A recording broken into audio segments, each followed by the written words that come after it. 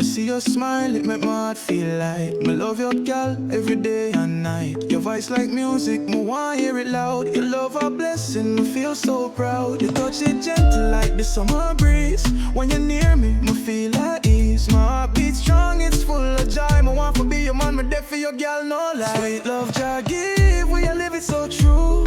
My heart belong to you, yes me do. Every day me want to hold you tight. With you by my side, me feel so right, so right. Sweet love, Jah give, it a flow like the sea. Me and you together, forever we be. Me see your eyes, and me see the stars. With you me free, me no need for no cars. We walk hand in hand, every step I bless. Me love you deeply, girl, me can't confess. Your love sweet, like honey from the tree. Me need you, girl, come close to me. Every moment we feel so true. My life a complete, cause it's all about sweet love, Jah give, we are living so true. My heart belong to you, yes me do. Every day me want to hold you tight. With you by my side, me feel so right, so right. Sweet love, Jah give, it a flow like the sea. Me and you together, forever we be. Under the moon, we are down so free. My heart I sing, me sing it for you, me see. No need for fear, no need for run. Cause in your love, me have the only one. Sweet love, Jah give, we are live it so true. My heart belong to you, yes me do. Every day me want to hold you tight.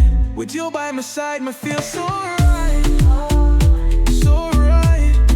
Sweet love, Jah give, it a flow like the sea. Me and you together, forever we be. Sweet love, Jah give, we never let go. My love for you deeper than the river flow. Sweet love, Jah give, we never let go. My love for you deeper than the river flow, yeah.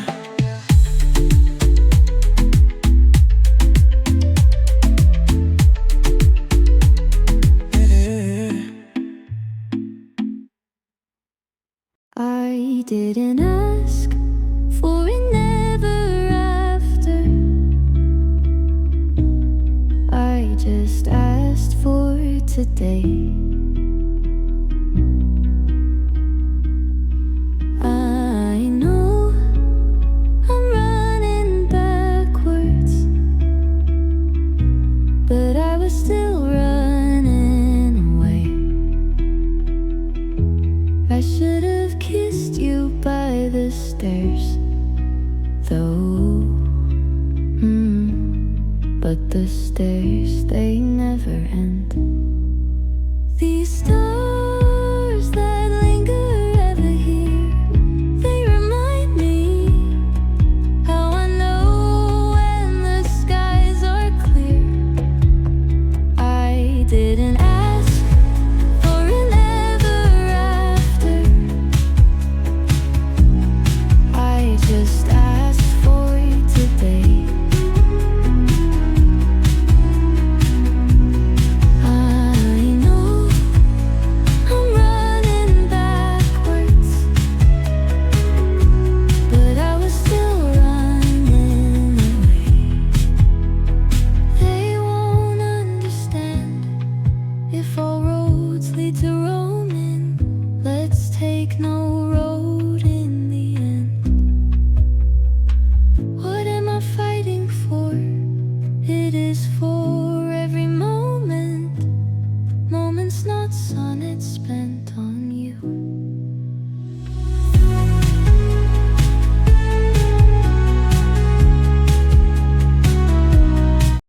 Say I make you nervous, a tragedy, I'm a beautiful disaster, a reckoning, you wonder how I got this way.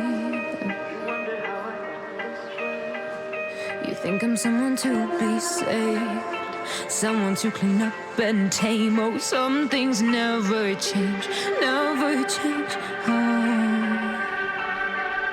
You think I would look pretty on your arm once you cover up my bruises and battle scars, but it always ends the same. Can't bear the things I've had to face, got you crying on your knees in pain. Oh, some things never change, never change. You'll break your back to make me feel again, suffocate to make me breathe.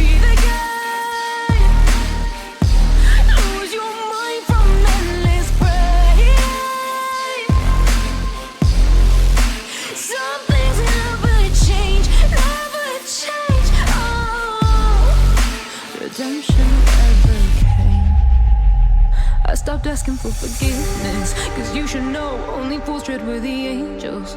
Fear to go, but you keep trying to get too close.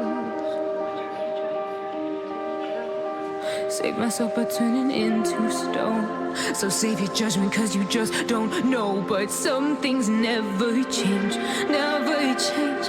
Oh,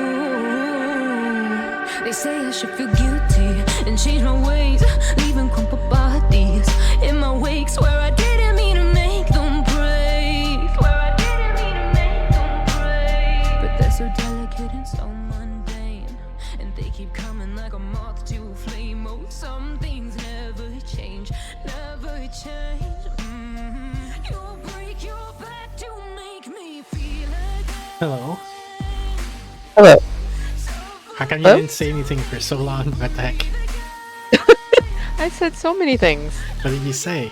I said hello What a else? lot of times. I only heard Hello. hello after I said hello. Oh, I didn't hear you say hello at all. Well, how are you doing, Steph? I'm doing okay. How are you doing? I'm doing okay. Excellent. Are you still in a manic episode? It's more regression to the mean. How do I share my screen? Let's see. I was telling my doctor that we let's have a 5-point scale Okay. where 3 is how I was like before I had depression, like 10, 20 years ago. Okay. And 1 is bad and 5 is good. Okay. So like before I had depression, I was at 3, and then starting around, I did have like occasional 1s and 2s, but they would only last like a month or something like that. And starting in 2020, I went down to a 2, and I basically stayed there forever, with the occasional dips of 1s, 2s, and 1s. Mhm. And then in May, I guess, of this year, I got to like a 4 or 5, you know, with writing books and things like that. Mhm. And now I'm at a 3, I think. So much better than depression, but not at the point where I'm writing books anymore. Euthymic mood. Euthymic? Mhm. That's my mood? Isn't it? I don't know, I'm asking you. I assume Partially that's what you're because- describing. Partially because I can't hear you always, and also because I don't know the words you're using, so I have to confirm. Like, I'm repeating back to you to check if I heard you and if I understood you. Euthymia is a state of normal, tranquil, or stable mood, particularly in the context of mental health conditions like bipolar disorder. It signifies a period where a person's mood is neither elevated, aka manic, nor depressed, but rather balanced and relatively stable. Okay, sounds like what I got. By the way, so the doctor, I got a new doctor I mentioned, right? Last time or 2 times ago, Oh, maybe? yeah, I think so. His name is Eric. I think so, yeah.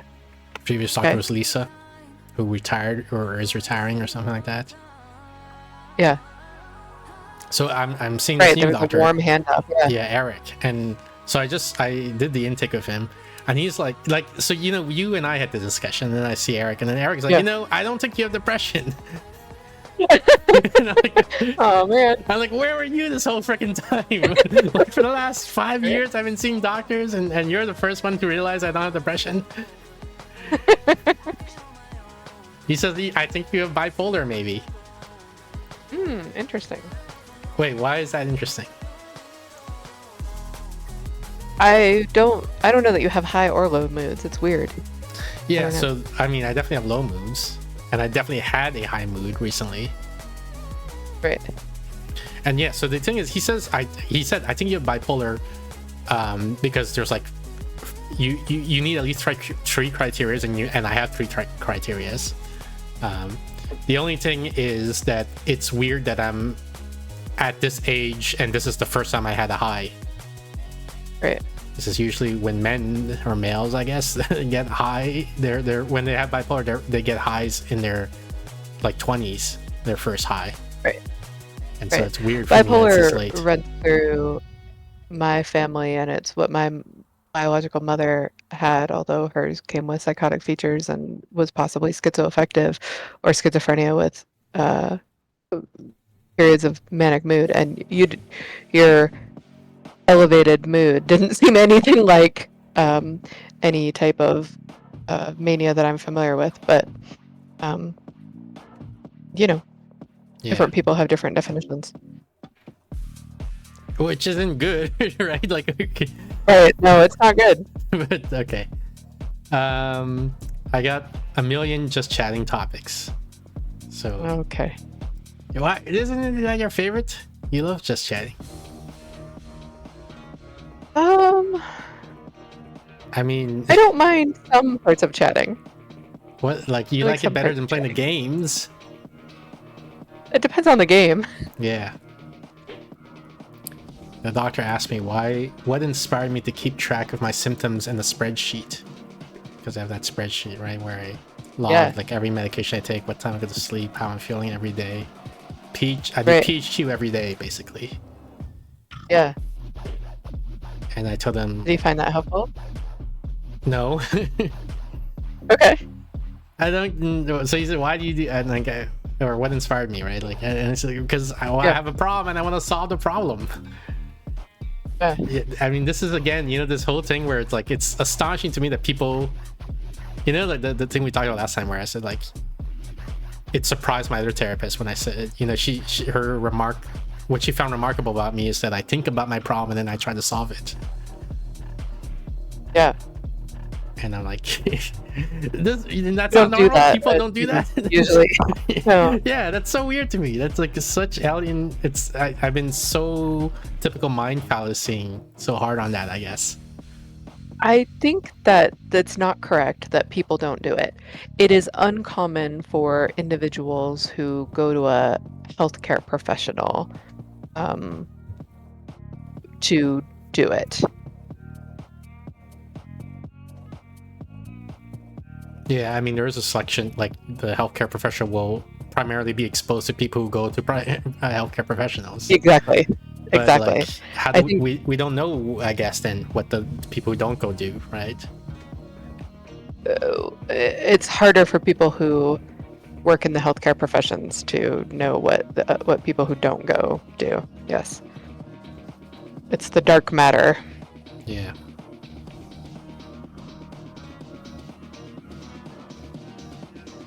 But yeah, so bipolar 2, hypomanic, cyclothymia. These are words I wrote down in my notes, apparently. Mhm. Unusual. Let's go ahead. There's 4 general bipolar diagnoses. Okay. Apparently I have the second one. Cyclothymia, Number 2, bipolar, bipolar 2. 2. Yeah. Yeah, I mean, honestly, no one is sure if bipolar 2 exists because hypomania is so easy to meet the criteria for, and rarely is something people come in as a problem. So we're sort of diagnosing, I guess, a disorder based on the fact that, like, it would be like if you diagnosed pain type 2, because sometimes people had pain that was very debilitating and uncomfortable, and sometimes they felt really good, but like not like problematically good, like good enough to like write a book. Right? And so it's like this analogy that you're trying to make is kind of, yeah, it's pretty good. is okay. So he's asking, do I do any out of character spending Yeah. recently? And I'm like, yeah. Yeah, usually I'm very frugal. How do I communicate how frugal I am to this doctor, right? Yeah. How did you do it? I didn't, but I said like, Oh no. but like I say, I am spending unusually, but it's like not large amounts. It's like, so I'm starting the ASMR business, so there's expenses associated with that, so I'm buying things I wouldn't normally buy. Right. I bought cleaning products. I don't think I've ever done that before. Right, I feel like that might convey it to him. To say Yeah. that, like, I've been so depressed in the past that I haven't bought cleaning products, and now no, even totally when I out wasn't of depressed, I character. haven't bought cleaning products. Like, Great, I right, just never bought Right. cleaning products. great. I And feel like that might convey to say that, like, they felt like a waste of money. Lately, I've bought a couple of cleaning products, yeah, all under $10 each. I feel like yeah. that might help give him some And I context. bought gym equipment, right? Like I bought those dumbbells. Yeah, I think it might be helpful because, like, a lot of times when people have a manic episode, they're buying 400 dumbbells. Yeah. Like Well, that, and so you're like, what? And they're like, oh yeah, I like God told me I need to give dumbbells to everyone in the neighborhood, and Yeah, that God will didn't tell me then I'll have anything. it sold. Yeah, and you're sort of like, oh, that's different than I felt good enough to buy some exercise equipment. but it's like there is a change in me though. I think so. I went for the way I describe it to him is I went from a scarcity mindset to an abundance mindset.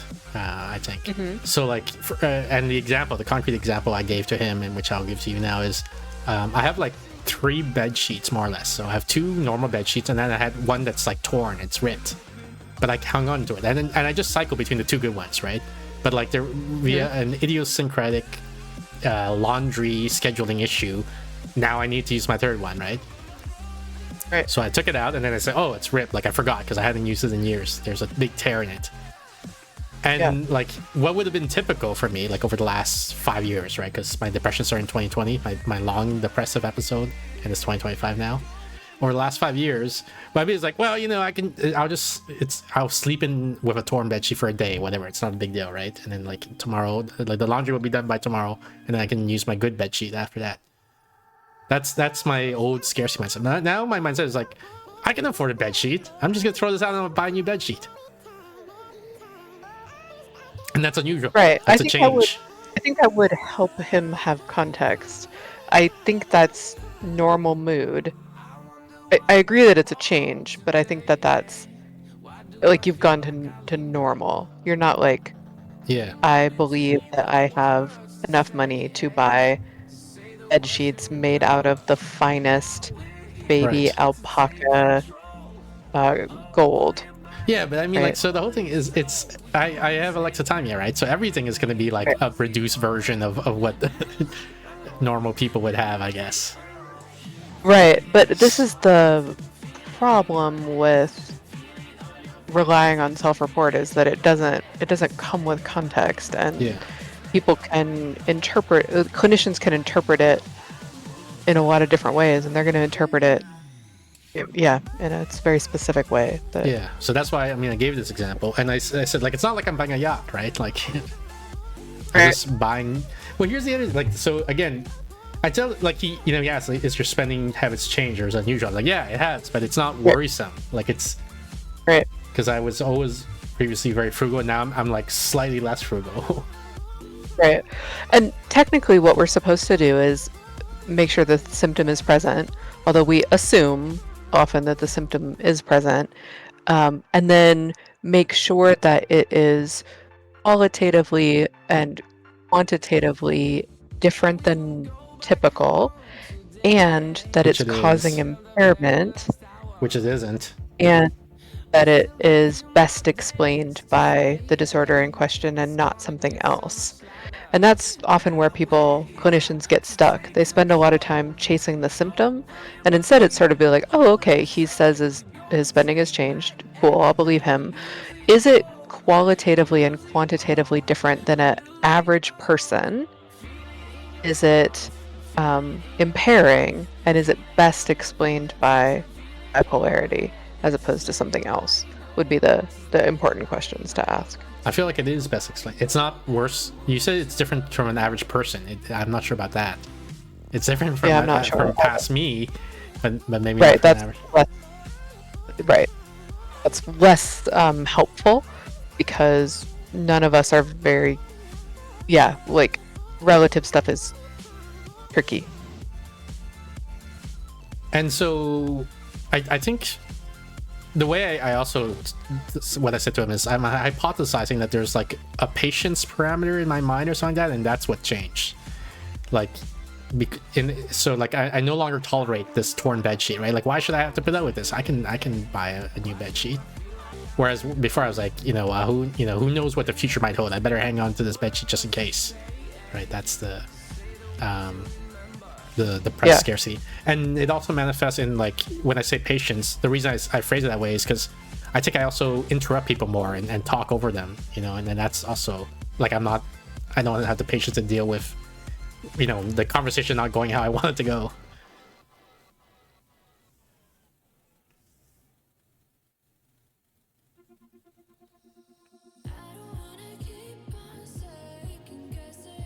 I'm giving you room to reply now. Oh, sorry, I lost the sound. Oh, I didn't hear. I said the reason I phrase it as a loss of patience is because I think it also manifests in me interrupting or talking over people more. Like I don't have the patience of tolerating how the conversation is going. I don't have the patience to tolerate the torn bed sheets and things like that. You feel like your tolerance of torn bed sheets was patience? Yeah. Of accepting something. Like accepting mild discomfort because it's not a big deal. You don't think that was a lack of initiation energy? It's the same thing. Sorry, I lost the sound again. It's the same thing. Let's hang up and restart just in case that's the problem. All right. Okay.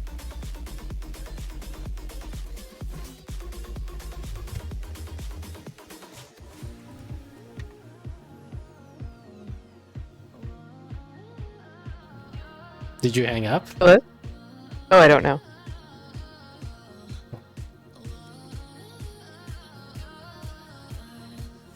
Hello?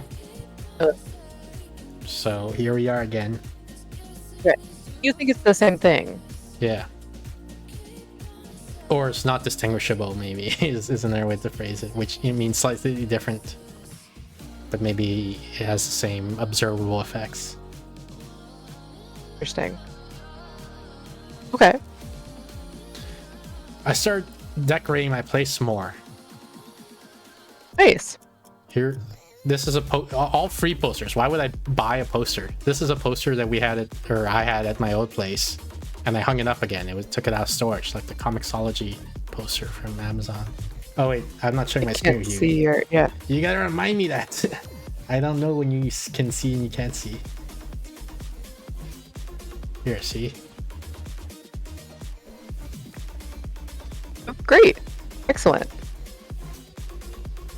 Where was my thing? I think it would be useful to tell the doctor things like, I'm still hanging free posters in my What do you mean? house because it's why not still. would It's say- oh, in that sense. Yeah, I know. Yeah. I didn't used to hang up. I mean, I did like once back, maybe via 6 or something like this, and then in my new place, like the place after via 6, I did not, because why bother decorating? Why bother making your place nice? What is there to gain about that? And then now I'm like, you know what? I'm gonna hang up the posters that I carried around.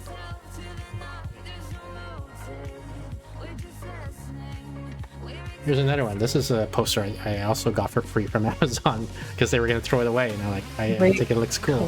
Crate connection, drop off here. Yeah, drop off your crates here. Why do you think that was cool? It looks like a nice poster. Alright. It's like when you go to a museum and you see the exits, right? The fire exits. Yes.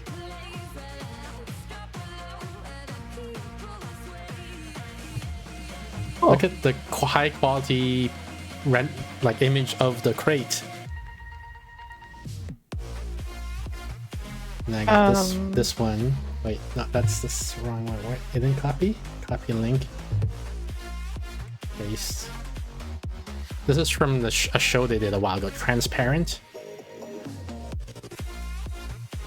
Yeah. About a parent who's trans. Yeah, it ran into trouble, didn't it? I have no idea about it. I don't know anything about it. But I thought the poster was cool, so I got it. Oh. All right. I don't even know where this is from. I don't know, like maybe this is yours for all I know. But What? This one, this map of some place in the U.S. Of the Boundary Waters in Minneapolis? I It might be. guess. Or in Minnesota? Could Yeah. be. Definitely. I just found time it. there. I'm like, okay, and I'll hang it up, I guess. I don't know where Cool. it came from. There's this one also. Super. Oh yeah, that was definitely mine. Okay, so that explains Nice. it.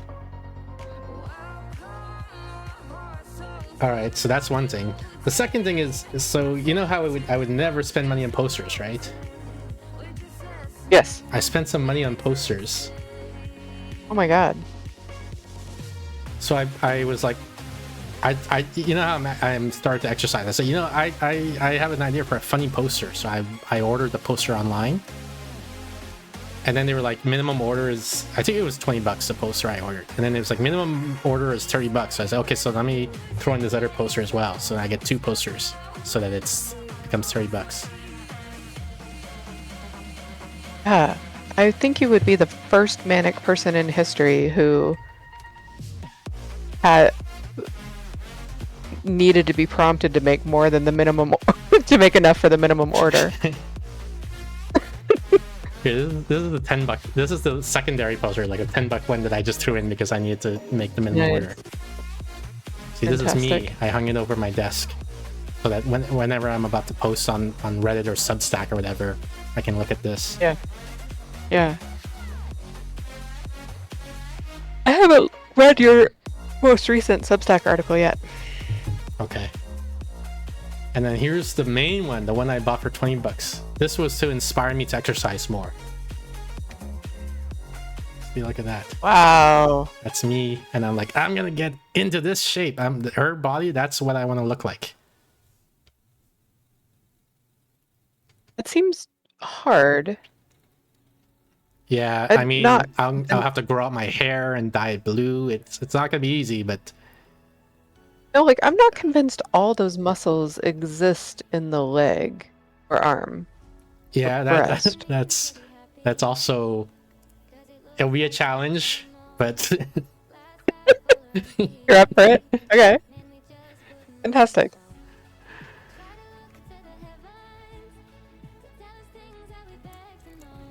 let me go back to my topic list here. Bought gym equipment, scarcity mindset, not buying a yacht. Oh, so he's gonna prescribe lithium to me. Wow. Why? Wow. Lithium is a pretty toxic medication. You have to get your blood checked regularly. It's a pretty serious medication. Okay, sure. Yeah, he told me I take it, and then 5 days later they're gonna do a blood draw to measure trough levels. Mhm. And then he said we're looking for 0.6 to 1.2, which obviously means nothing to me. It's like, Oh. I sure hope the labs say 0.6 to 1.2 then, when they take the blood draw.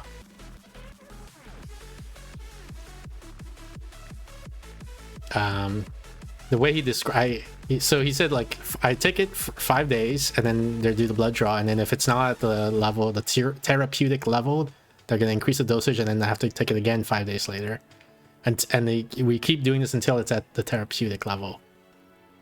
Mhm. And then we take another blood draw like a month or 2 months later to check that it's stayed the same level, I guess. And then, assuming it did, we take a blood draw every 6 months to a year. So that's how it's gonna work, is how he told me. Okay. And he said long-term risk are kidney problems. I'm like, okay, whatever, right? Thyroid issues. I don't even know what a thyroid is, so that's fine. And then cognitive dulling, and I'm like, wait, that sounds really bad. I don't want that one. I feel like I have a bit of a Chesterton's fence problem. Yeah. All right. Was he I don't even know what the thyroid is. That's fine. Alright. Yeah, like what do I care? I Get don't. rid of Do it. I even have a thyroid? You know, like who Yeah. cares? Who knows? Yeah. But this is why I'm running it by Oh, you, it's- right? Like you're my second opinion here. Uh,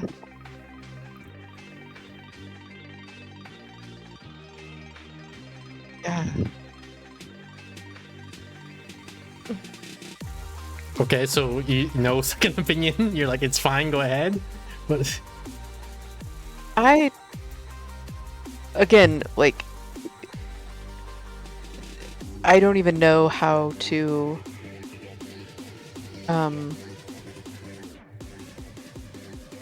consider you having actual bipolar disorder. But I don't have. You have not responded well to any other medication. So I don't know if I don't know enough about medication to know if it's worth trying as an antidepressant in someone who has treatment resistant atypical depression. all right. It's got a lot of side effects, so it would never be my first choice, but you have exhausted my first, second, third, and 27th choice, so Yeah, I'm not we're running sure out if of letters lithium of is the next alphabet on the here. list. Yeah, exactly. So I mean, yeah, I'm freaking out about cognitive dulling, but he Yeah. tells me it's reversible with dosage reduction. Okay.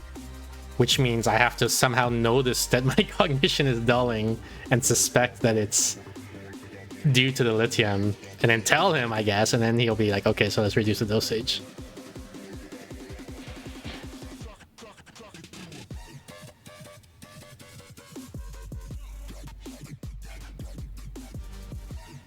But I don't know. Cognitive dulling sounds pretty scary to me. I think you would notice. Most people I know who have experienced cognitive dulling are aware. Well, the thing is, like, I'm right now, I already feel like I have cognitive dulling, right? We talked about this a couple of times, you know, when I was trying to study special relativity or whatever, right? And I say, like, Right. and I'm like, could I have done this in high school? And I can no longer do it. Yeah. So then, like, so now, let's say, you know, 6 months from now I'm on lithium, and I'm like, am I having cognitive dulling? I can't tell, you know, like, I don't know. Because because I still can't figure out special relativity or whatever, you know. Right. So then, how do I know if I'm having it or not?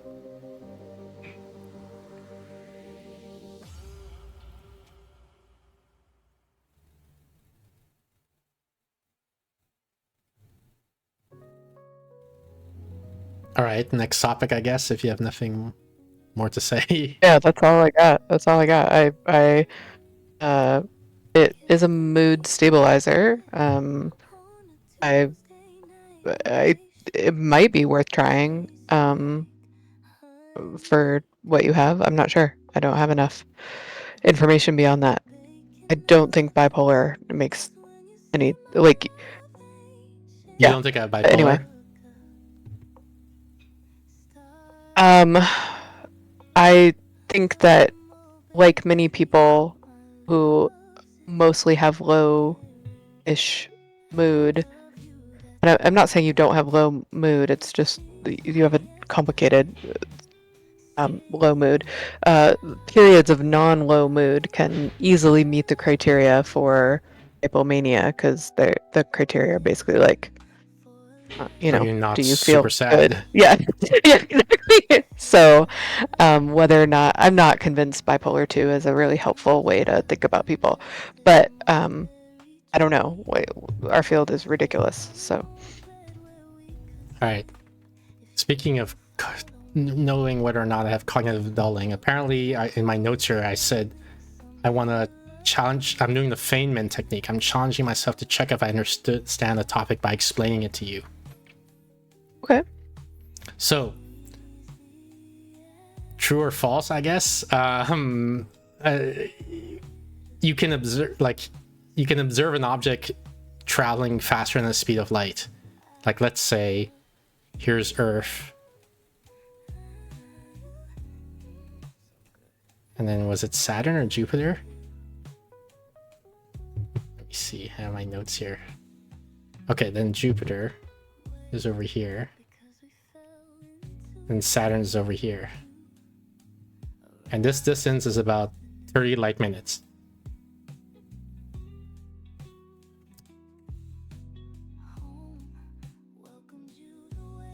In real life, it varies from like 33 to 51 light minutes, apparently.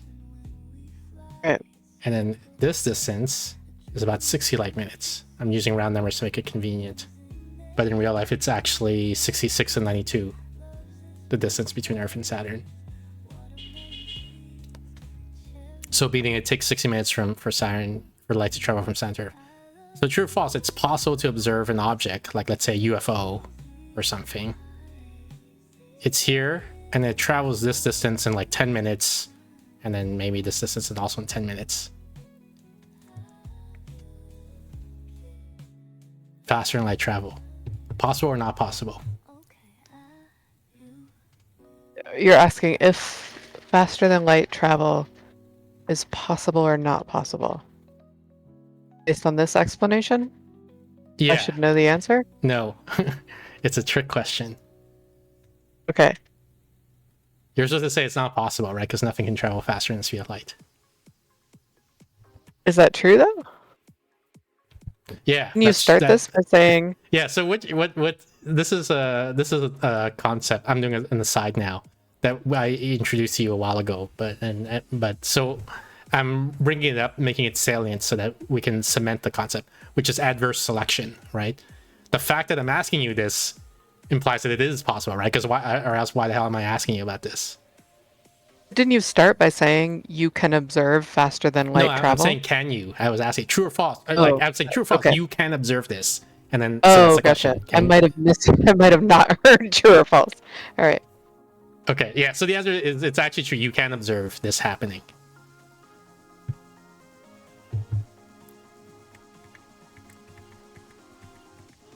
It looks like the object's traveling faster than light, but objects cannot travel faster than light. So it's an illusion, I guess. but you on Earth, you look at it and you see, oh, it's next to Saturn, and then you look at it 10 minutes later and say, oh, now it's next to Jupiter. So I don't know if I can make the numbers work out, but let's see if I can. So let's say this thing is traveling at half the speed of light, right? Mm-hmm. So at time equals 0, it's here. And then at time equals, let's see, if it's going half the speed of light, then at time equals 60, it gets here, right? T equals 60, because it takes, like, light takes 30 minutes, but it's going half the speed of light, so it takes 60 minutes instead to get here. Okay. And coincidentally, when it gets here, the light, you observe that it's here because it took 60 minutes for that light to get there, right? So at this point in time, the UFO is actually at Jupiter, but you see it at Saturn. Okay. Then in let's see, let me think. Oh, maybe the numbers don't work out. Maybe the numbers I picked don't.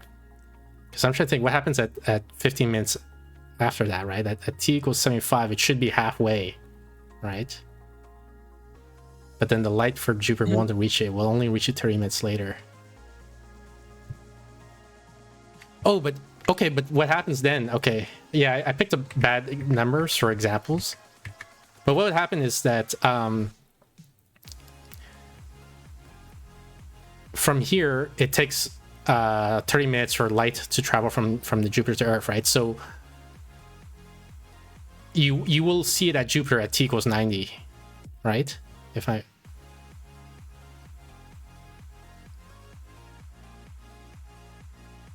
You see the math working out there? I think so. It started at t equals 0. It was it was physically here, but we couldn't see it yet because the light hadn't arrived yet, right? So our perspective is that there's no UFO. Okay. At t equals 60, it arrived at Jupiter, but also the light from Saturn arrived at Earth, right? So at this point in time, we say, oh, the UFOs is at Saturn. We observe it at Saturn, even though it's currently at Jupiter. Okay. Then at 30 minutes after that, at t equals 90, I won't talk about what happens to the UFO just yet, but the light from Jupiter has arrived to Earth, right? So now we say, oh, we observe it at Jupiter. Right? Isn't there a lot more distance? Isn't distance a problem? The distance is here. I'm measuring in light minutes, right? It's 60 light minutes away here, and it's 30 light minutes away here. So, like, Jupiter is roughly halfway between Earth and Saturn. It is?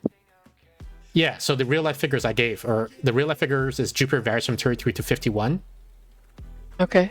And the real life figures for Saturn is 66 to 92. So I picked the lower bound of both. Like the lowest, the closest Jupiter gets is 33, but I said 30. And the closest Saturn gets is 66, but I said 60.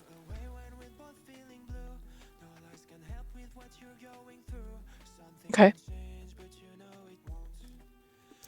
But so this part is crucial. Do you see that at t equals 60, we observe this UFO at Saturn, and at t equals 90, we observe the UFO at Jupiter? Yeah. Okay. You don't sound like you agree. I don't have an intuitive understanding of whatever this subject is. Math, physics. Yeah, I mean this is almost like Newtonian physics, right? Like it's just I'm saying if light takes 60 minutes to travel from here to here, then, and we say at time equals 0, the UFO started at Saturn, then 60 minutes later we will see the UFO at Saturn. Right, but the top drawing is about Distances. Includes distances, and the bottom drawing is about time.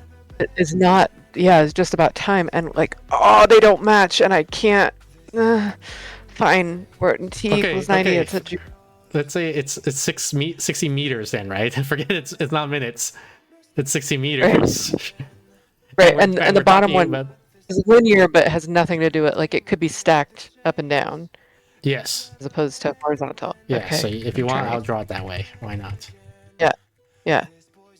So I'm trying to undo a whole bunch of things. Yeah. So here's time. Time is going this way. Yes. Thank you. Yeah, just tell me next time. Like, instead of saying yes, yeah, just tell me, no, I want you to draw this time, and then easier to understand. Then I can draw it. Then I'll draw it, and then it's easier to understand. Okay. So time equals 0. The UFO is at Saturn. I'll say like P for physicality and O for observation, I guess. Mm-hmm. So it's at Saturn, and we don't observe it. We haven't, like, the light hasn't arrived Earth yet, so we don't see it, right? Like, I'm imagining the UFO just magically appears at Saturn, and then it's gonna start moving. Okay. At time equals 60, now it's physically at Jupiter, because it's moving at half the speed of light, so even though light only took 30 minutes to get here, it's moving half, so it would take it 60 minutes. So it's physically at Jupiter, but we now observe that it's at Saturn, right? Because the light from Saturn just arrived to us.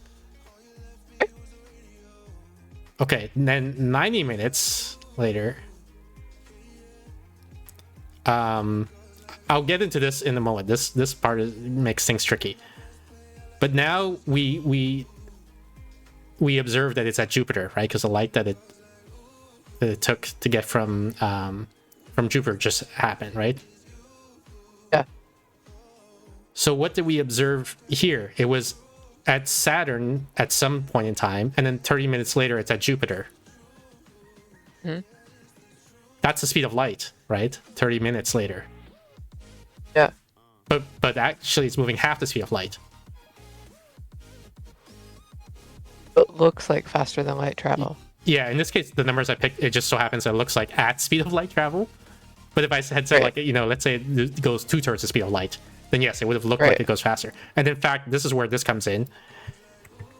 At this point, we see it's at Jupiter, but also it just arrived, right? Because it's 30 minutes later. Right. So it's Jupiter, and then instantly, faster than the speed of light, arrives at Earth.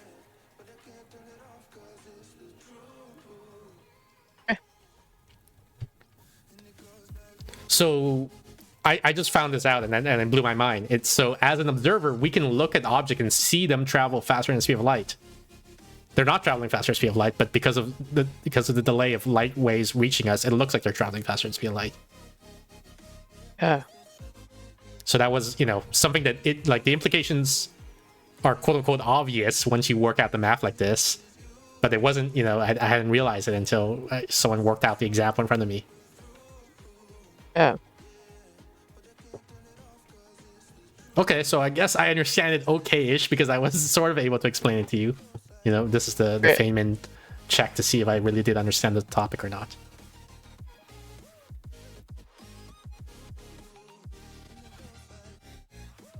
And now I guess you can try to go explain to someone else to see if you understood it.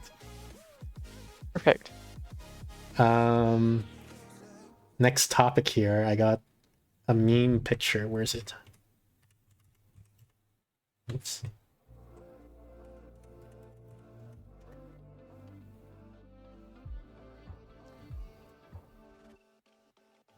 Do I still have my browser open?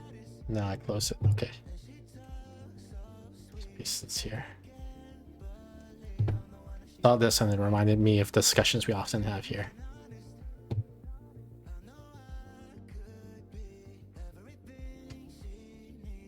Go ahead and read it out loud, Steph, for the benefit of our viewers.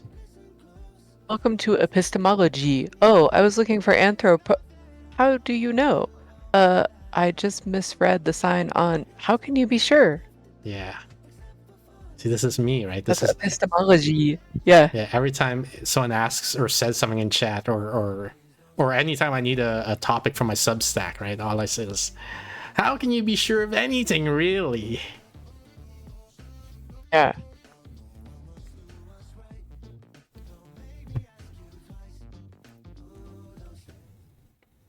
All right.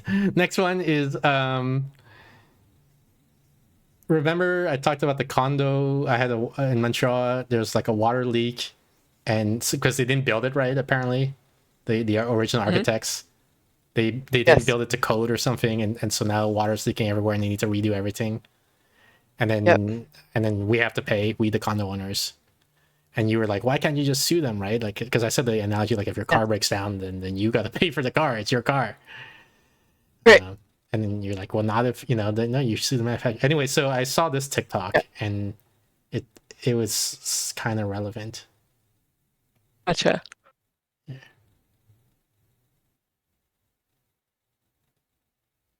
Corporations will go to insane lengths to avoid responsibility for the harm that they have caused. My name is John Graham. I'm a personal injury attorney in South Carolina, and let me tell you about the Johnson & Johnson Texas two-step. Now, if you don't know about the Johnson & Johnson litigation, let me start with that for context. Johnson & Johnson has been getting sued for years now about the talc in their products, specifically in their baby powder. Talc is a mineral that grows in the ground, and when you dig it up, there's a really good chance that you dig up asbestos too, because asbestos and talc form in the same kind of areas and conditions. And so as asbestos and talc go together hand in glove, if you have talc in your products, you need to test it very thoroughly to make sure there's no asbestos. And if you don't do the right tests, the asbestos can slip past anyway. And even if you do the right tests, you can see that there's asbestos, but you can say, well, it's so little. All of that's going on, right? And so the allegations in the Johnson & Johnson litigation are essentially, I'm oversimplifying, but essentially Johnson & Johnson knew that its products had talc, knew that its talc-containing products had asbestos, and that asbestos is dangerous to people, and it still put those products out there for babies to use, for women to use in their makeup, for all that kind of thing. Quick side note, if you have talc-containing products in your home, every single attorney that I know who works on this kind of litigation says, and this is not legal advice, this is just like, take care of yourself, stay safe, get that talc-containing crap out of your home now.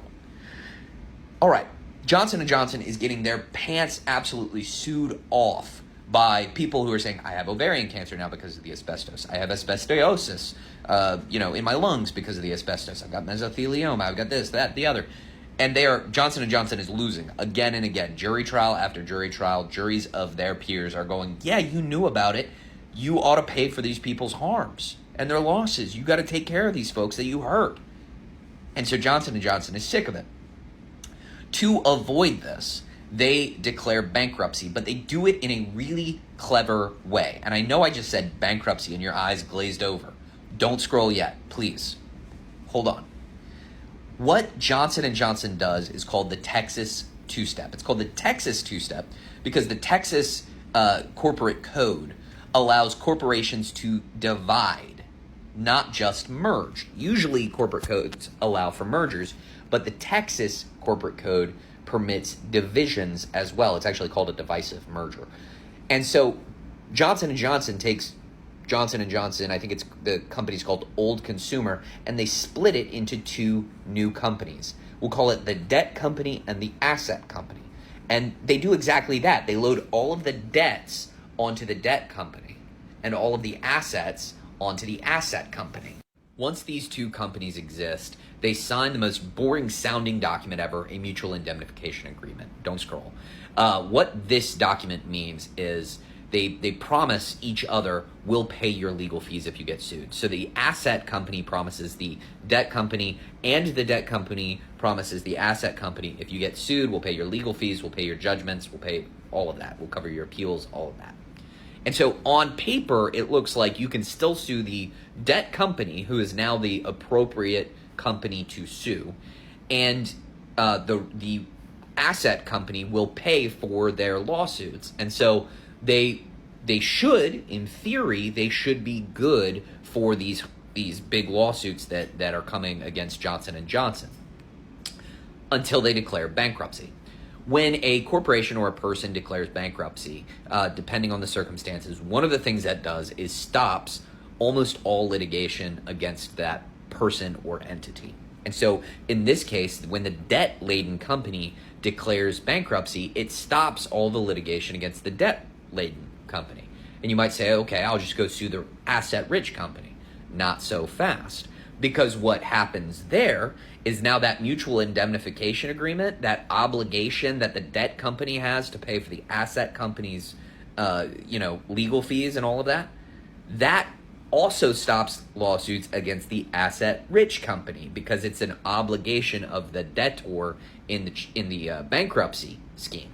And so that is, that would take away from the money that's getting kind of pooled in the bankruptcy court, and the bankruptcy court would lose control of it. And so they say all litigation that would affect the debtor's stuff, has to stop, including lawsuits against the asset-rich company. So effectively, by doing this mitosis of the company and promising that the various subsidiaries will now protect each other, Johnson & Johnson has completely stopped all litigation against them.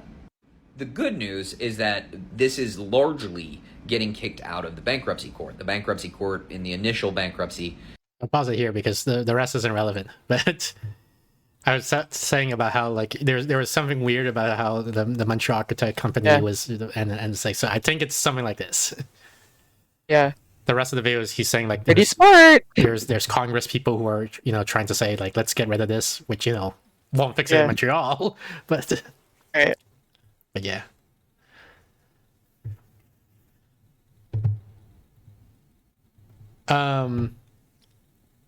Okay. So then here's new news. So my Montreal condo has this water leak problem, millions of dollars, okay, fine, right? So new news, my Seattle condo, the one I just got, has water leak problems, and it's gonna take millions of dollars to fix it.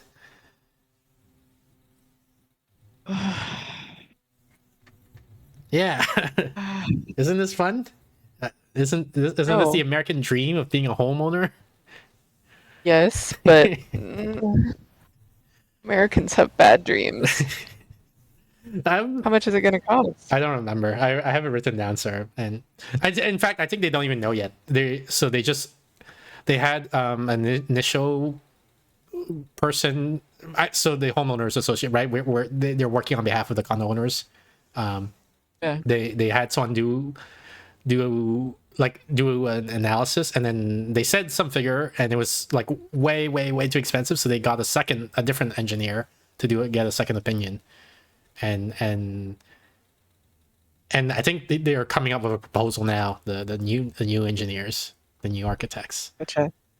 So Maybe you can hook them up with the weirdos who gave you, that weird guy who gave you an estimate. Yeah. By the way, estimate for? Yeah. But I talked about then the second guy came and he gave a higher estimate, but he seemed more legitimate. Right. One of the things when he walked in, like to look around, like so he can see like what would have to be done, so he could give me an estimate. When he came to me, the first thing he said, he looked around, then he looked at me and he says, "Do you do like online content creation?" Because he could tell, I guess, by looking at the way everything was laid out. Yeah. And I was like, "Yeah, basically yes." And he's like, "Okay." And then he proceeds. Like, yeah, that explains it. Yeah.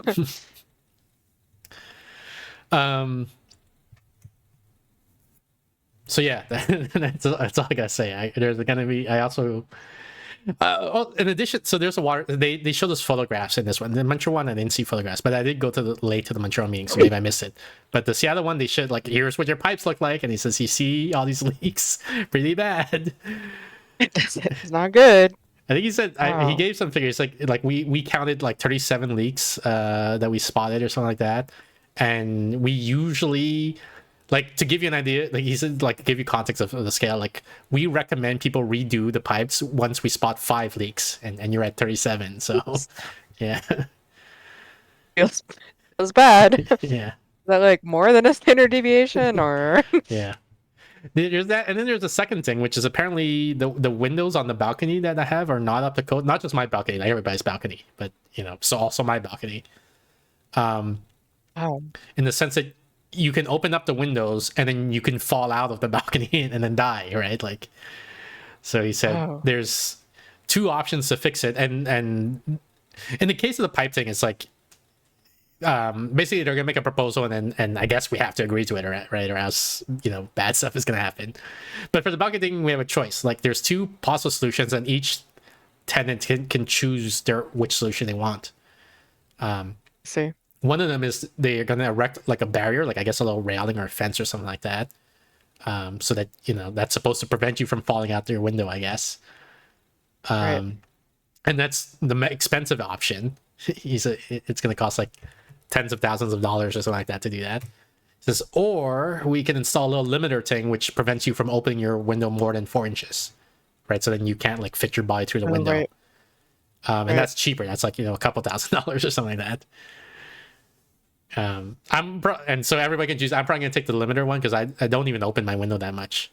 I don't know. You're in an abundance mindset. You might be like, I just want the expensive one. I want to open my window all the way. No, that's the thing. I don't open the window like that much. I don't think I even open it 4 inches. So the limiter is fine for me. I was just being silly. Yeah. I got my eye exam done recently. I'm moving on to a new topic. Oh, okay. Got my eye exam. Okay. And they have such fancy machines now. Like, when was the last time I got my eye exam done? Like 10 years ago or something like that? What would I know? I don't know, because I talked to you. Like, if I didn't tell you that I got my eye exam done, then I haven't gotten my eye exam done. So whenever the last time I told you I got my eye exam done... There's a lot of medical procedures you haven't gotten done. Yeah, so whenever I told you I got my eye exam done, that's the last time I got my eye exam done. Okay. So like 10 years ago or something like that. All right. So I went like... Did you do the hot air balloon? Sorry? Did you do the hot air balloon one? Yeah, I was like, so what is this new technology? I've never seen this before. Hmm. They invented all sorts of new stuff. They did, yes. So one of them is the puff of air one, which is like that one already existed before. I knew about that one. Yeah. You stare at the thing. Right. He's like, "Do you see the 3 green dots or whatever that's lined up in the red dot?" I was like, "Yep." He's like, "Okay, we're gonna puff your air. 3, 2, 1, bang." And I was like, "Well, Yeah. okay." But then they have one where I said, "Look into the screen," and they give me a little joystick, like a button in my hand, a clicker, and then it said, "Every time you see a line wiggle, press the button." Yeah, it tests your field of vision and Yeah. make sure there's no blind spot. Yeah, that's new. I never saw that before. Oh, okay. And then he's a stare at this hot air balloon that comes in and out of my focus. And then I guess they said they were measuring refraction in the eye or something like that. That's new. I never saw that before. Hmm. Then they have another It's one, a fourth one. They have like 4 different machines. Yep. Number 4 is you stare at this green dot and it's going to focus and blur. And then eventually it gets focused and then it's going to charge up and you're like, "Deet," and then yeah, it gets flashbang to you and then you're blind. Because they're taking a photo of your eye, apparently, the back of your eye. That's new. You're looking, yeah, you're right. They didn't have that last time I did it too. Yeah, you should. I can't believe technology Other advances things that have over happened over the decades. last 10 years. Yeah. Before it was just like, the guy that he like the doctor, the optometrist, like he takes like a magnifying glass and he looks into your eye. That's how he did it. Yeah. Yeah. Now they got these machines that do these things. Right. The last one He apparently rides in on a penny farthing with a monocle. Yeah. Mhm. So they Have you seen a movie in the last 10 years? have I seen what? Movie. I don't know. I can't remember when the last movie I saw was. It might have been more than 10 years. Okay.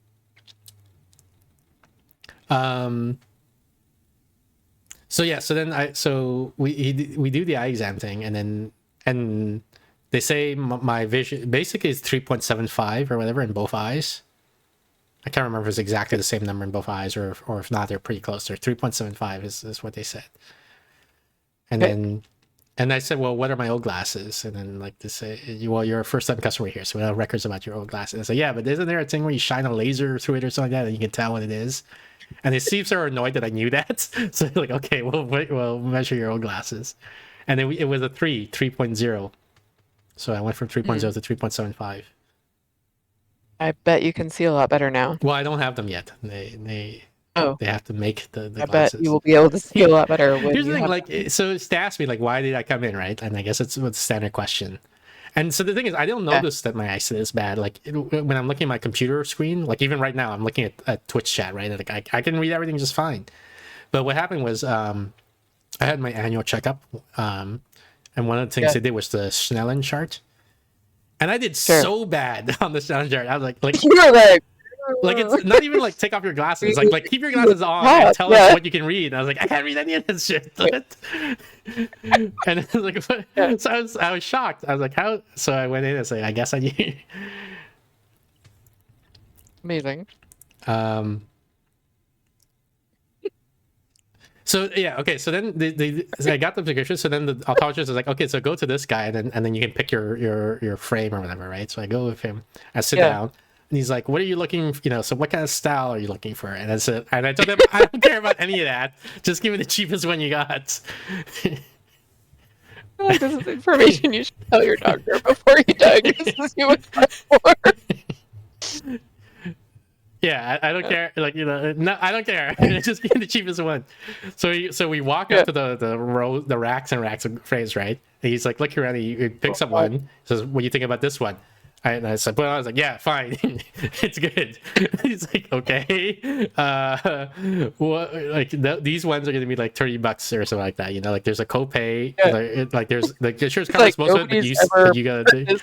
But you gotta pay $30 yourself out of your. I was like, okay, whatever. And then he says, well, and he looks at the other ones, and he says, well, these ones actually, they'll be fully covered, so you don't have to pay anything. I was like, okay, that's fine, I'll take those.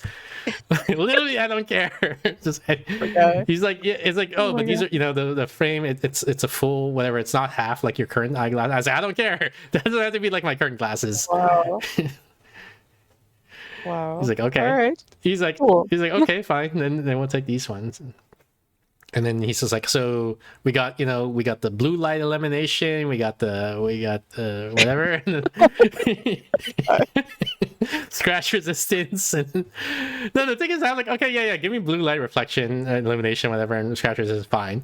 And then he's just like, so we got these 3 different things, and like this one's expensive, and then this one's cheaper, but the cheaper one, like it's gonna be a little bit thicker, the lens. I was like, I don't care about how thick the lens is. Give me the thick one. I don't care. It's just cheaper. So. I do care about the blue light thing, though. And I care about scratch resistance. I don't want them to get scratched. But, like, who cares? Like, the glasses, the lens is going to be thick. Who cares? Like, if you wear them a lot, and especially if you're, like, active, the weight can get uncomfortable. All right. They seem fine. I mean, the ones that I wear didn't have the lens I would actually have in them. Yeah. So the thicker the lens is, sometimes it makes your own eyes look kind of distorted in size, and people don't necessarily like that. Nobody even sees my face ever in real life. Right. So yeah. When I gave the glasses, like is it like, can you shine your lasers to tell me how good what my current glasses are? So I gave it to them, and the lady was like, "There's one of the nose pads is missing on your glasses." I'm like, yeah, I know. She's like, do you want me to fix it? I'm like, I'm gonna get a new one in like a week or whatever it takes you guys to make it anyway, so it's fine. And she's like, doesn't it bother you? I'm like, no. Like it's been like this for like 4 years, right? That there's a nose pad missing on my glasses. Who cares? Who cares? All right, I feel like now's a good time to I have them in a certain order, but I'm gonna skip this one because now sounds like a good time to go to this TikTok.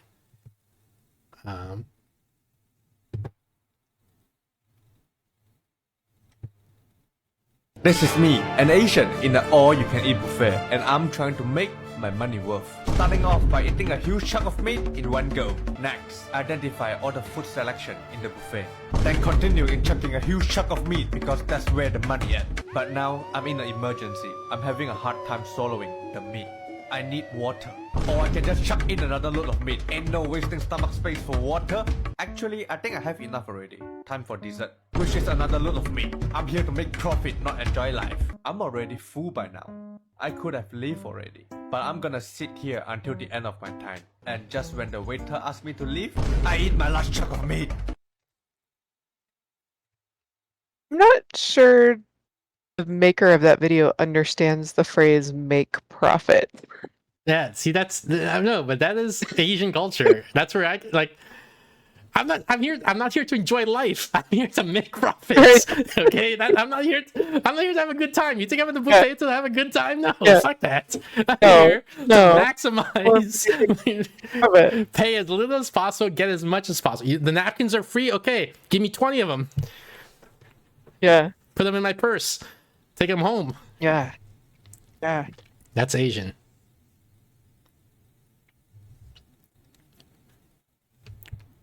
All right. Did you read my book, Steph? No. Still haven't? I haven't even had time to read your other Substack article. Yeah, but my book... I read one of your Substack articles. That's literally all I've had time for this week. I was like, I got a notification. It's like somebody commented on your Substack. I'm like, oh my god, this is the first time in like. And it was. And I go, and then it was a thoughtful comment. I'm like, oh, this is like, it's not a spam bot or something. It's an actual comment. Right.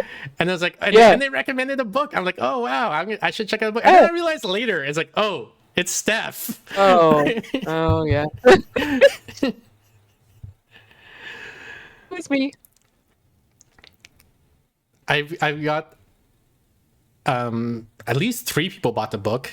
4 people actually I can think of that bought the book, and 2 Amazing. Of them have given me feedback on the book. Oh, that's great. Is it good feedback? Is it helpful feedback?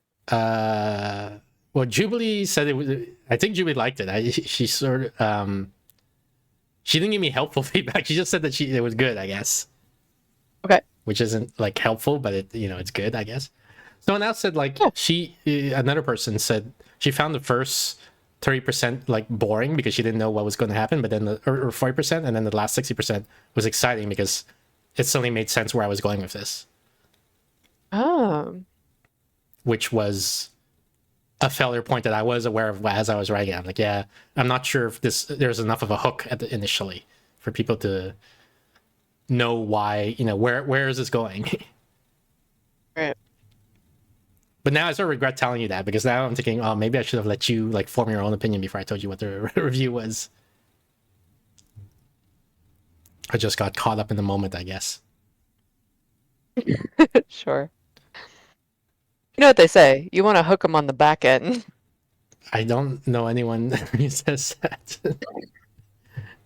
That's what they all say. They say, make them slog through the beginning. No, On the back the end. thing is, I didn't know how to structure it differently to get the hook at the beginning. Yeah. I knew there was a Right. problem, but I didn't know how to fix it, like without changing what the book was going to be. Right. But I I mean, think that's what editors are for. yeah. But I mean, Jubilee seemed to just plow through it. Like, so Jubilee read it on. She's a reading streamer, right? So she read it on stream. Yes. And she just went through it just fine, it seems. And she seemed excited the whole way through. And her tone of voice and all that. Nice. Okay, so I started a new book. Okay. The first book, Tiny Pest, is about 9,000 words. The new book is going to be... Well, I'm going to say it's more traditional, because like the Tiny Pest is a bit weird, but you won't know what that means, and I don't want to explain to you what that means yet. So that you can get it without, enjoy it spoiler free. But so Tiny Pest is weird structurally in a certain way.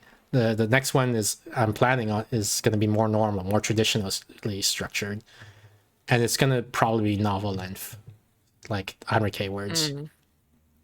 At least that's what I told myself, 2 weeks ago, 1 week ago, 2 weeks ago, when I was at a 4 or a 5 in my Manic. Now I'm at 3, so I'm like I'm putting the book aside. I don't think I have the energy to write another book now. Gotcha. So we'll see what happens with that, I guess. Right. Oh, maybe you will. Yeah, I mean, it's still there. I still have like Yeah. the outlines sort of written out. Yeah.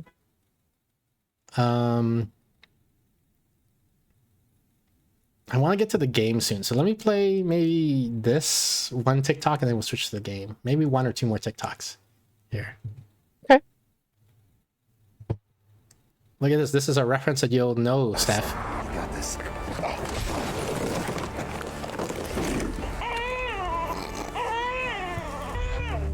Is this place part of the chiral network?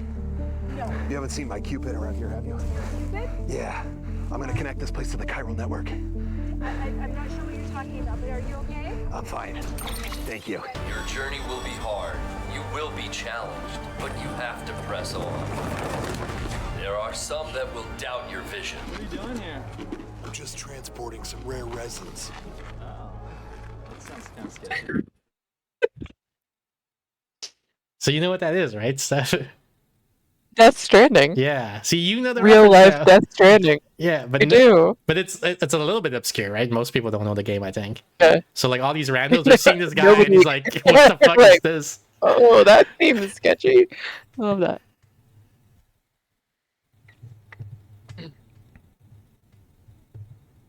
And then this one, maybe I won't even show the TikTok. I'll just summarize it because we don't need to see the TikTok for it. So you know how people weirdly play the lottery? Yeah. This some country, maybe some European country, I forget which way, maybe Norway or something like that.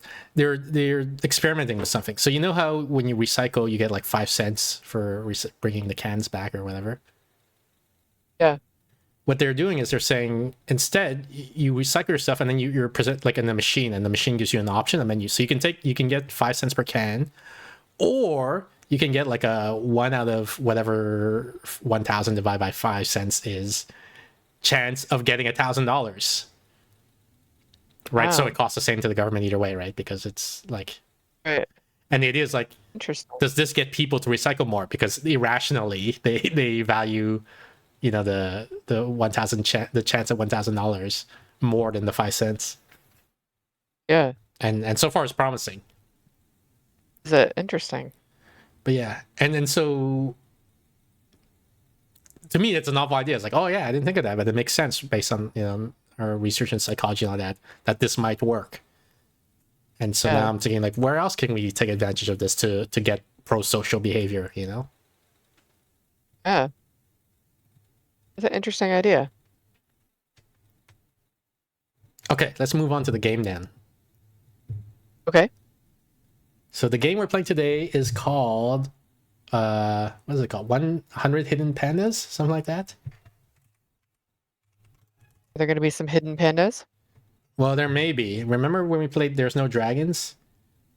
Yeah, there was no dragons, except there were dragons. And also There's No Cake or something like that? Right, but there was cake. Or was it called There's No Dragons, or was it called like Disprove Dragons or something? I forget what the name of the game is. Like, something.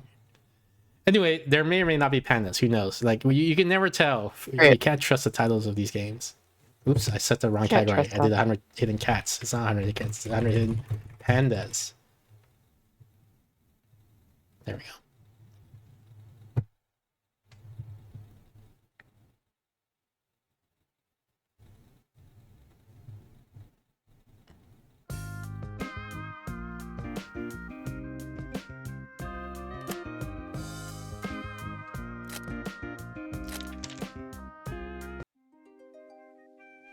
Well, this looks like a panda right here, right? Like his It looks like it could be. a panda butt. Right. You found a panda, a cute fluffy creature. Oh my god. We got an achievement. Yeah, you think we're gonna get 100 I see a achievements? number of other pandas. See one here, and I see, yep, another achievement. Oh And my then another God. achievement. Okay. Where? How do I scroll? Oh, okay. To your left. Oh. Back where you were. Here's literally a must- panda butt, I think. Right one. Yeah. Yeah. Do you see under the tree? It's just a little face. And there's a tree. I see this one. Tree to your. Oh, This one. Oh, here? This one? there's one. Okay, go back up to where the tree with the swing. The tree. Oh, this string. Okay. Yeah, do you see the tiny little one? Oh, right here? Yeah. You gotta watch for tiny pandas. There's one in the, yeah. This isn't a panda? Oh, it is. There's one in There we go. between those little buckets. Buckets. Oh, yeah. So many tiny pandas. Actually, to get the one you said you haven't read my most recent Substack? Yeah. Well, somebody else did, and they commented on it. Oh my god. I'm afraid to write a Substack because I don't want to read people's comments. There's one in that wheelbarrow. I wonder if you can disable comments, maybe. You can, but then that seems weird too. There's one underneath that ball or umbrella or whatever that is. There's one in the bucket. Or saucepan thingy to your, yeah. By the bridge, under bridge. I was thinking the other day of because Yeah. when I got your comment, I was like, oh, somebody commented, and then I was like, I'll go check them out, and that's Yeah. when I clicked on your profile and realized, oh, it's Steph.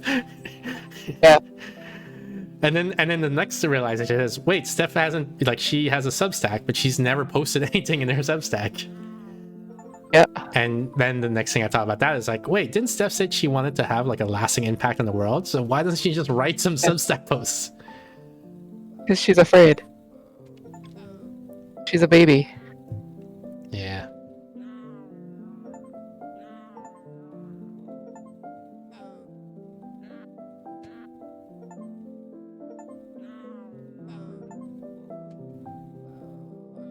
Actually, I'm constantly not convinced Oh, wait. that I have something original to say. There's a hidden thing What's here. that? See, it's the dragon thing, and then Oh. when I mouse over, so we have to mouse over everything Wow. again. Apparently. Okay. So you say I'm worried I don't have anything to say. Just think about Yeah. those the typical college age male, right? That never stopped them, so why should it stop you? There's one in the L of those buildings. The L? Oh, this thing here? Did you see that you moused over one? Nope. Okay, go to that little tent-looking thing above the... Yeah, right above where you were, above the tree with the swing. The tree with a swing? Oh. Oh, yeah, I clicked on it even. Oh, you got it already. Okay. I guess there's a delay because I went when you said go where you were, so I went way back somewhere else. Yeah. Sorry.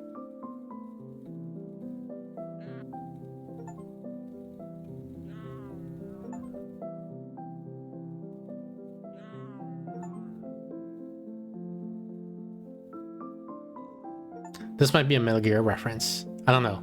Is it too common, like, so that, you know, to count as a reference of hiding underneath a cardboard box?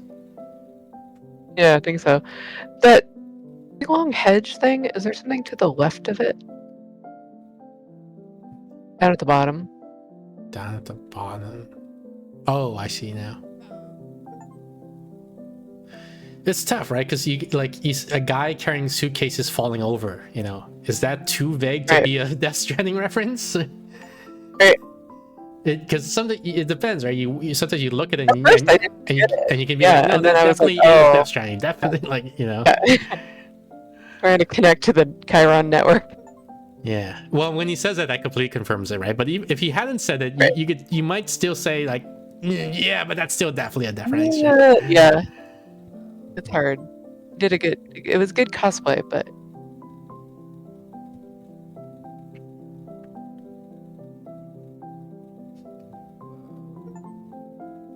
you know, there's also those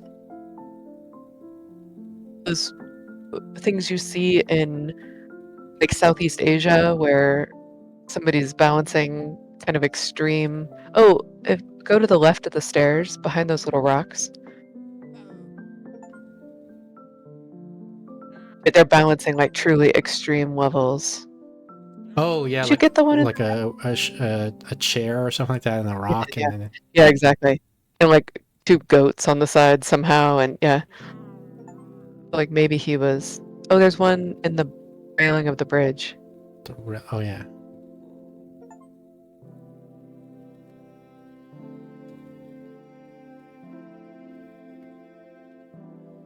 Oh, we have a countdown at the top telling us how many are left. Okay.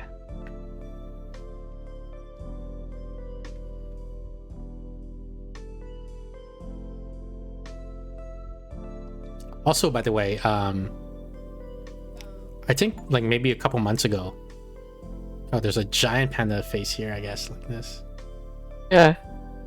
A couple months ago, I told you that I would sometimes write like a Substack, and then I would tell LLMs act as a skeptical reader and tell me what you found unconvincing about my arguments. Yeah. And you reacted positively to that. Well, at the time, so I told you that, and I said, well, the problem was it just offers these stylistic comments that seem irrelevant. Stop. If you go, yeah, there you go. Mm-hmm. Like it said, like, oh, you didn't mention. I forget what the topic was I was writing about, but it says you didn't mention like the philosophical foundations of maybe Platonism and mathematics or something like that. And I'm like, yeah, well, I'm not talking about that. That's why I didn't mention it. Right. So yeah. And so I thought it was like dumb and it's not that useful. Okay. But so I kept doing it anyway, and so recently they've gotten better. Oh, they got them so good that it hurt my feelings. They were telling me like your arguments are like this doesn't logically follow, and your arguments are backwards actually, and like, you know, and here's why, you know, you're wrong, and it points in the opposite direction. Like, oh shit, what happened? You bring me back to sycophancy. I want that. Like, I don't like this new thing. Go back to the way it was before. About how I was such a brilliant writer, and now everything was insightful and interesting, thought-provoking. Give me back that stuff. No. Oh, that's a bummer. No, I mean, it hurts, but it's good, right? Like, overall. I know. And so when you said you haven't read my most recent one, so that's the one it happened on. So I wrote something, and then they said stuff, and I was like, oh, let me clean it up a bit. Sorry, what did you say? In that dark patch of reeds, Yeah, I felt like there's something something- here maybe, but I can't actually make out anything. So it might just be pareidolia. Right. Pareidolia. Pareidolia. So I cleaned it up a bit, but also there were still some things where like you'll see once you read the Substack I wrote. There's one of the there's a section at the end where I say here's feedback I got and here's my rebuttal to it or whatever. Oh, look at those boxes. Oh, we already got it. Okay. And one of the feedback gave is I could see like the AI actually completely misunderstood my argument. Like it got exactly the opposite, of what I was demonstrating. And so I was disappointed, but it's also useful feedback because it seems to me it's plausible that a human would also interpret it this way, get exactly the wrong. Let's go over the top part of that dragon again and see. Oh, there's just that. Okay. Nothing else in there. Okay. Oh, the well. Well. Yeah. Because this recently happens on Reddit, for example. I'll see where like people just get like the absolute wrong. Like that's you got the opposite of what I was trying to say. Yeah. Right. Sorry, you were gonna say something? Oh, I recently had it write something and I said, please don't use any M dashes and write this thing. And it wrote it using a bunch of M dashes. And then I edited it to make it better reflect what I wanted it to do. And then said, I've edited it to take out the M dashes and to make it better reflect, can you read this and tell me if it needs any correction and, blah, blah, blah, right? Yeah. And it was like, here's 5 changes that I recommend. It had the M dashes They were back. all putting the M dashes in, and I was like, damn it. Like, figure this out, dude. Yeah. It annoys me that M dashes is an AI tell these days because I use M dashes before LLMs in my writing. I use M dashes a lot as well. I love M dashes. I don't use them the way that it does. Its way of using M dashes is quite telling. I haven't noticed that, but maybe I'm just not sophisticated enough in like I use them almost as a substitute for parentheses, Right. That's how I use them as well, and that's not how they're using them. Okay. It's never replaceable with parentheses.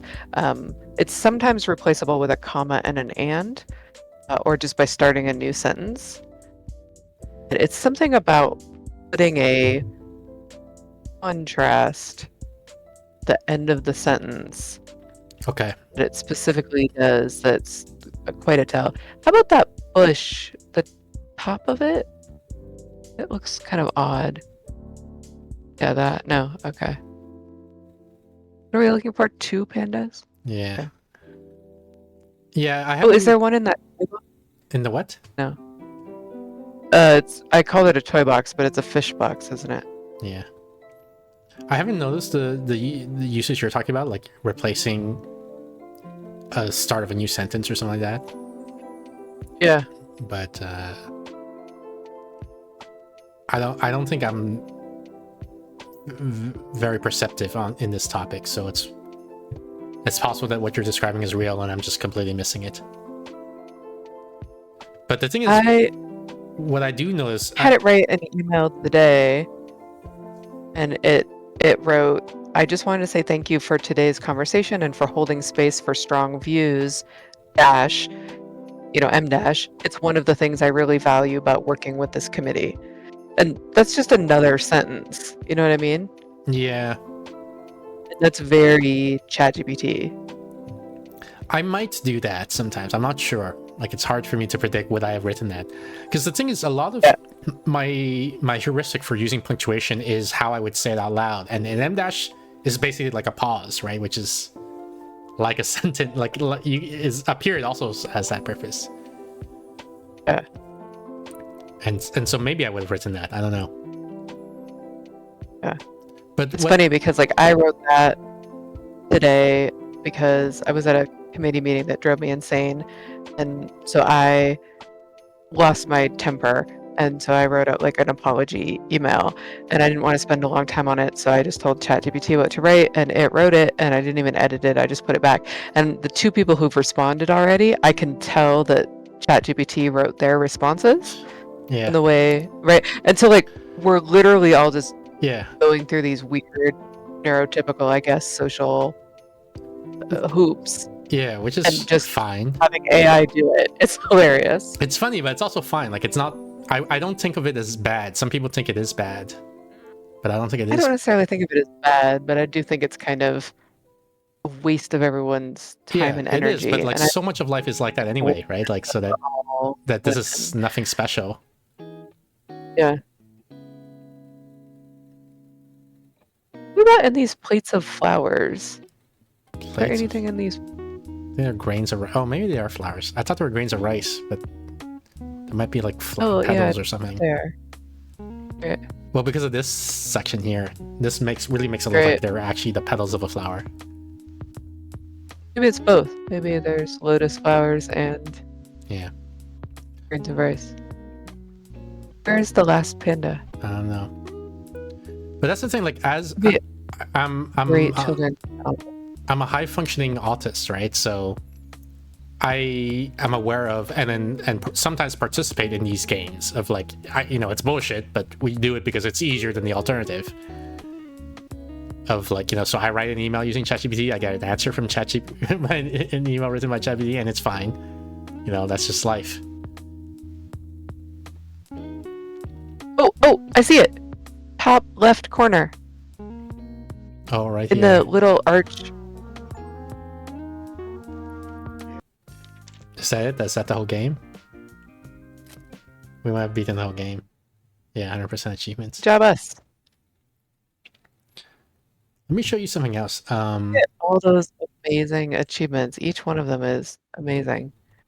Oh, it gives like a number of players with this achievement. Yeah. Oh, they're all the same. Well, no, this is an easy panda because 97.8% found him, but this is a harder one. 97.3% of them of players found this one. What happens towards the end? 100% found this one. Wow. I think this is the first time I've seen an achievement that has 100% on it. Like because the thing is, so many people buy games and then never play them. Right. Such that I've never before seen an achievement reach 100%, because this means everybody who got this game played it at least once, which is actually really impressive. But yeah, GG, thanks for the GG's, Chucker. I want to show you a YouTube video real quick. Let me see if I can find it.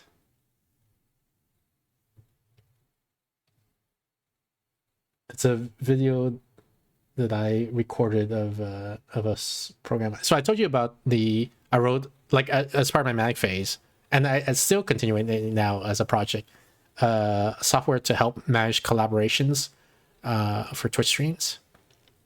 Mm-hmm. So here's the video. Hey, I just wanted to do a demo, a walkthrough of the new feature we just implemented, which is schedules. So we always had this deadline thing, which is if you're doing like a sponsored stream, usually your sponsor will, like as part of the agreement, they'll give you the key to the game, and then they'll say, please make sure you stream this game by such and such a date. So that's what this field was. And so obviously you would want to stream it before that date. So previously what I would have done is I would have had a notes field here where I say like, like make sure to stream, or like I like maybe stream this on July 19th or something like that, right? But now we have an actual scheduled times field where you can put in the time when you're going to schedule it. So here it says July 19th at 6 p.m. This is all using my local time zone. And so here we have a new column, which is the scheduled date, and the games here are ordered by the minimum of these two things. So so here, for example, this game, the deadline is in 29 days. So you would expect it to show up down here, but actually I scheduled it for in 15 days. So it shows up here. So meaning like, if I'm going to find, I need 2 more partners. If I want to find those partners, I need to do it before, or prioritize it before I worry about this game, which is in 17 days, because I'm going to be streaming this game in 15 days. So yeah, so the way it works is I'll choose this guy K9 as an example because it doesn't have a date yet. So I go here, you see scheduled times, no scheduled times yet. I click add, and then I can choose. Let's say maybe I'll stream it on Tuesday the 15th, and you can pick the date here, but I find it, or sorry, the time here, but I find it easier to just type it in. And what that gives you here, this is the Discord timestamp, which you can paste into messages to get the to show the time in their local time zone. So I say, okay, maybe I'm thinking about playing this game at this date. And if you scroll here, you'll notice that some of these are highlighted, saying that there's a schedule conflict. So I'll show in more detail what that means in a moment. But Moonybun, for example, can only stream on, I think it's Mondays and Sundays. So to show that, so let's say I say, well, I'm thinking of streaming it on the 15th, but I'm also flexible. I could also stream it on the 14th, which is a Monday. And you see, as soon as I do that, the warning goes away from Mooney because she can do Mondays. So this helps you narrow down. You say, like, I have a couple of possible days I could do it on. I could do it Monday, Tuesday, Wednesday, for example. Maybe I'll say. And then apparently Rose can also do it on. Astro Rose can do it on Wednesdays. So her warning went away as soon as I added in Wednesday as a possibility. And what that looks like is if you go back to this list here, it says this game, there's 3 scheduled times. The latest of the 3 times that I said was the 16th, which is in 6 days. And so it's considering that for the for ordering these games.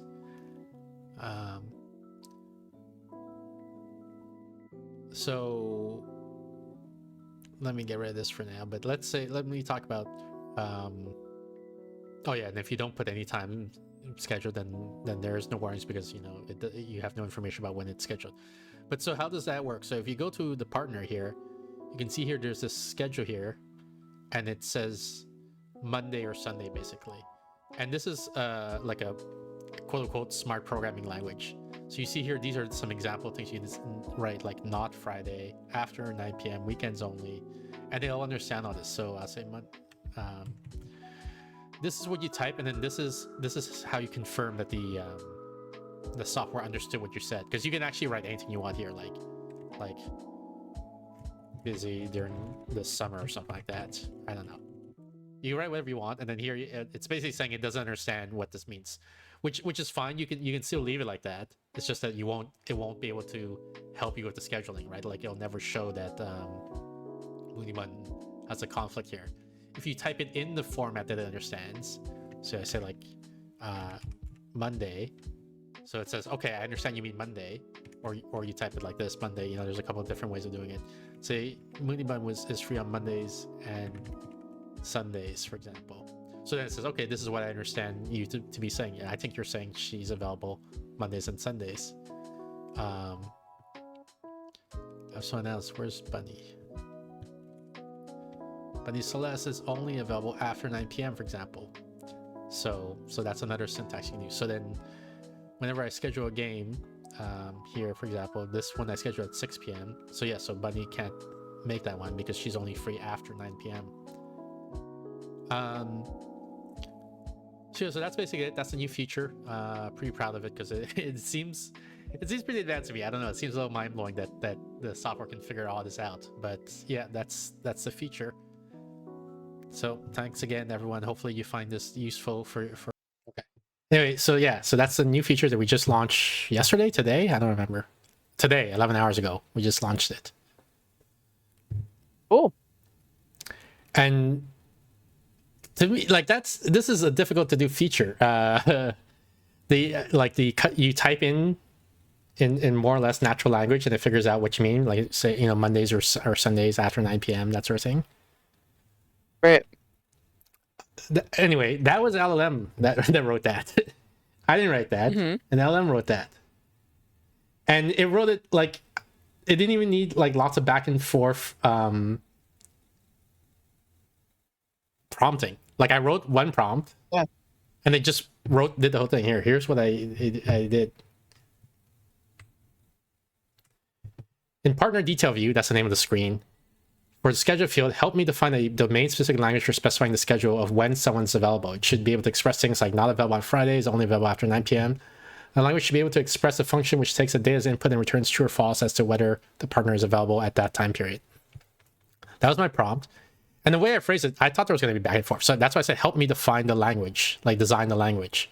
I thought what I was expecting is I write this and it says, okay, how about, you know, you have these keywords, this is your statements, this is what, and then I'll be like, oh, but that doesn't handle this case I need, you know, and then we go back, we iterate, we eventually we figure out what the language looks like. It's like, okay, great. So now let me start writing it, right? Which is going to be like a whole week or something like that.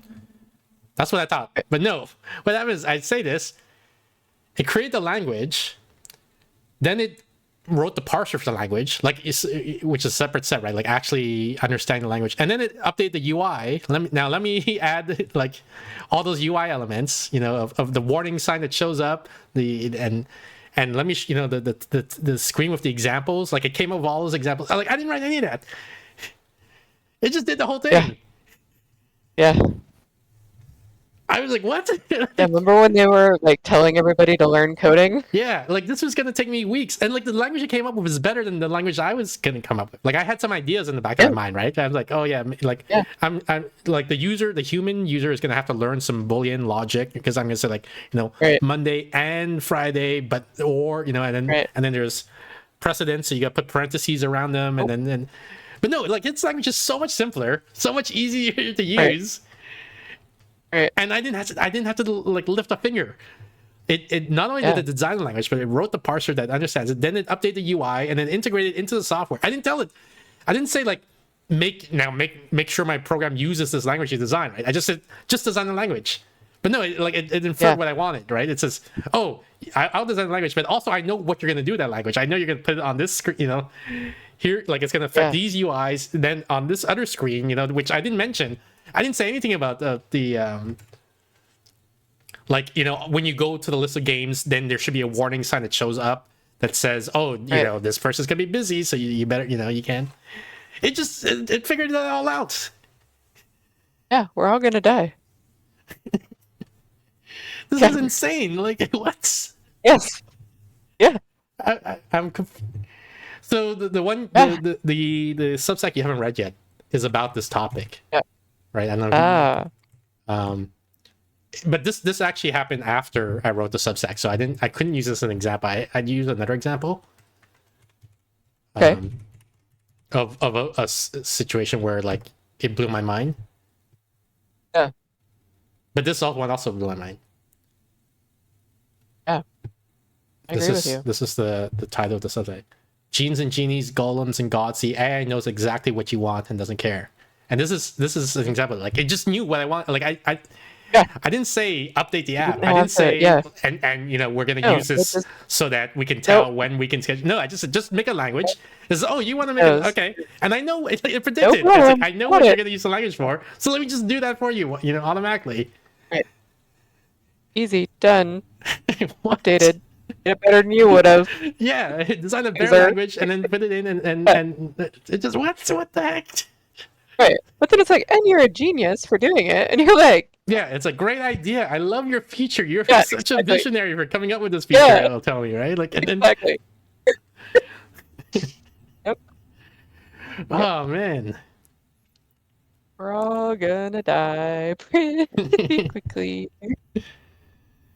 No, it's a good thing. Taking all our jobs. And it's better at it than we are. Yeah, because this would have taken me weeks, like at least a week at the lower bound, a week, possibly 2-3 weeks. And it's not even like, oh, it just saved you time. Like it did it better than you. Yeah, it did it better. Like it did better than what I would have made. So like my software would have been shit, right? It's like I would tell the human user, it's like, okay, so I got this feature, but you're gonna have to learn a new programming language. You're gonna you have to learn a new syntax because I'll teach it to you, but you have to learn it. Because how else are you going to communicate what you want? For weekend, yeah. But the AI was like, no, let's just like here's the language. Like you just type naturally what you want, elegant, and they'll know what you want. Like, you just think in its general direction, express a preference towards it, and it knows what you want to do. Yeah. It's horrifying. mean, amazing. We still got some time, so I guess we can go through the the topics. I'm starting to get tired. I do have something I need to tell you, which is that I will not be here next week. Thursday. I can't believe it. I can't believe you would Which I prioritize figured- anything Yeah, above our stream together. What the anything heck? at all. Yeah. You probably guessed that I wouldn't be here next week. Well, I was hoping I can that be. you would be here next week. But... I will probably be here the 24th. August 1st, I am doing a presentation, so it will depend. July 31st, I might still be frantically working on slides, or I might not. Okay. I will try and tell you how it's progressing. Okay, but you will be here 24th, you're saying? The 24th, yes. Okay. I will just tell the LLM what my schedule is, and it will That's easily, a real naturally. thing that I hope happens eventually. Because I really want something where I'm like, schedule the doctor's appointment for me. Like, you know my calendar, you know the doctor's calendar. Just figure it out. Just, you know, like instead of figure it out, just make it happen. Yeah. Just have your LLM talk to my LLM. Exactly. Yeah. No, and non-ironically, right? Like my like I'm not giving the doctor access to my the doctor's LLM access to my calendar and my emails, but I'll give my LLM access to my calendar and my emails. So I tell my LLM, like, you know, don't divulge secrets or anything like that, but like work with his LLM and just make it happen. Just, you know, put like, it in. Yeah. You know what I like? You know I'm not a morning person. Yeah, exactly. Yeah. Literally. Yeah. I hear you. Like, somehow for the doctor, it will be able to schedule, like, it will know don't schedule 2 people who are likely to annoy me back to back. I mean, it will somehow. You can probably express that, right? Like, that doesn't seem beyond LLM's understanding. But yeah. Right, and it probably knows better than you do. It's probably like, yeah. Just so you know, yeah. Yeah. Awesome. Or terrifying. No one is sure. So were you like subtly hinting that you want to end stream soon when you said like I'm getting tired now? I'm saying I'm getting tired. You can show a few things, but 9:30 for sure is the latest I'm gonna make it. All right. I don't know if I have something good for. Oh, here, this one. I like this one. Here's a crypto finance quote, and I'll let you read it out loud, Steph, for our viewers. All right. Okay, crypto finance quote. Republic CEO Kendrick Nguyen says he's confident in tokens' legality, but added that it's possible regulators might take a different view. Like, what the fuck? Like, this is an actual quote from some financial, you know, one of the financial newsletters I read, right? They're reporting on this guy. On what he's... Right. It's definitely legal, except for lawmakers might disagree. Yeah, they might take a different view. It's just an opinion. It's a view situation. They might disagree, but I'm confident that this is legal. Great. That's fantastic.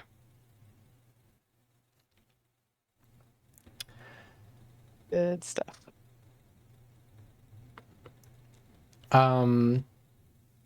Yeah, let's end. The only thing is, Steph, I would like you to send a link because I do want to talk to you about the private matter afterwards.